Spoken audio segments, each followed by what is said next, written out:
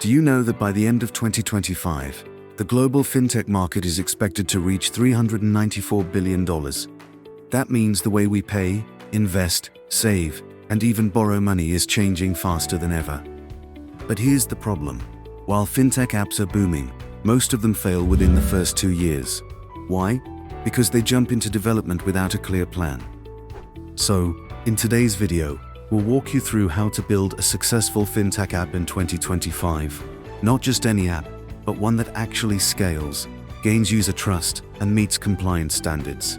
Here's what we'll cover: the 12 development steps from research to launch, the features that make fintech apps future-ready, and finally, how Apptunix can help you bring your fintech idea to life. Here's how you can actually build a fintech app in 2025. Planning and strategy. Define your vision. Decide whether to build a mobile wallet, a trading app, or maybe a neobank. Get crystal clear on what type of application you want to build. Market research. During the market research, study your competitors, find gaps, and listen to what users really want. Regulatory compliance. In this step, align with rules like GDPR, PSD2, PCI DSS, or RBI guidelines, because fintech is nothing without compliance. Monetization model. Decide how you'll make money. You will get several options like subscriptions, commissions, lending fees, or premium features. Feature prioritization and MVP. Start lean. Pick the most impactful features and launch an MVP instead of trying to build everything at once. UI/UX design. Fintech users crave trust and simplicity. Your design must be secure, intuitive, and frictionless. Tech stack selection.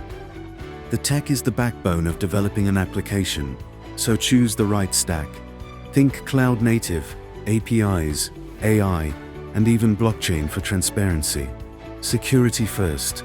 Consider the security features like biometric logins, encryption, fraud detection, etc. Without these, your app won't survive in today's time. Development and testing. Build in agile cycles, test like crazy, and fix issues early before scaling. Launch. Roll out smart.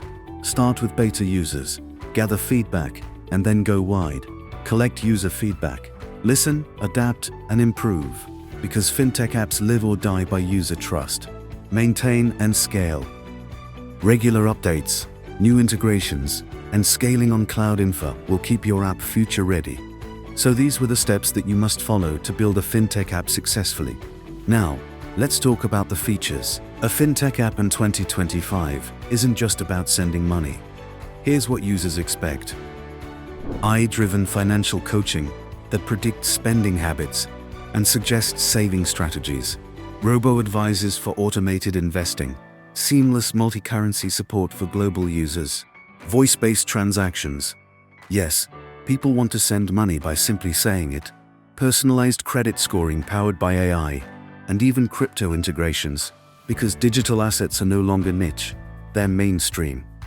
So these are the most trending features that people look for, and this is exactly where Apptunix comes in.